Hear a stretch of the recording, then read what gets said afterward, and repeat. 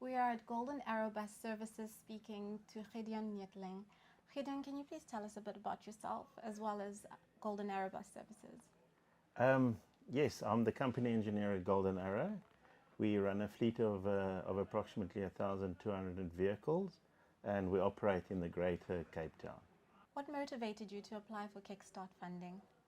If we look at our test, then it's all on our account, and we were willing to share the data with the whole of South Africa. So we thought that sharing the cost was just fair.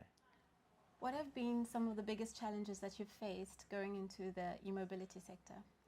It was really difficult when we started because there's no electric buses in the country.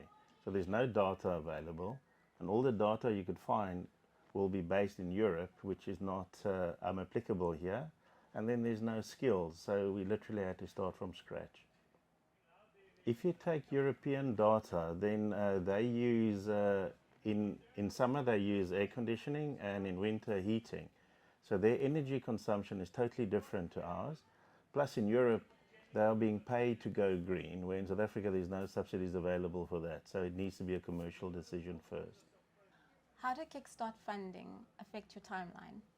With the timeline, it forced us to meet the project milestones.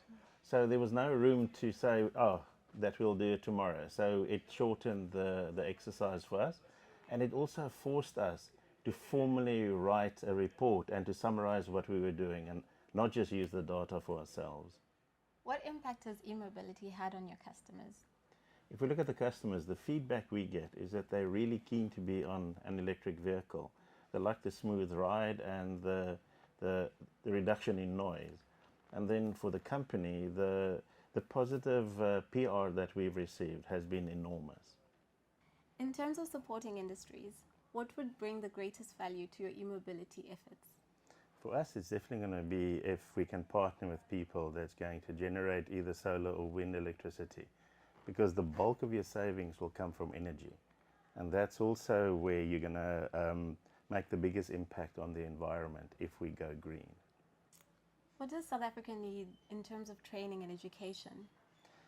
There's quite a gap at the moment. As I said, we started from scratch. So what we've done is that we train some of our artisans in a second trade. So diesel mechanics are also being trained as auto electricians.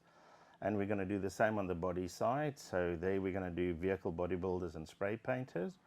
So that qualification, two people should be able to do everything that's required on a vehicle. But that's the physical part. Then at a higher level at universities and at the technicons, we'll have to introduce courses. What we've done so far, we've got a handful of bursaries at the University of Stellenbosch, where we've highlighted areas that we need help in. And final year engineering students either do their scriptsy in their final year or their thesis for their masters. And we pick the topic and then we pay the student. And that helps us and it helps the student to build up his knowledge or her knowledge.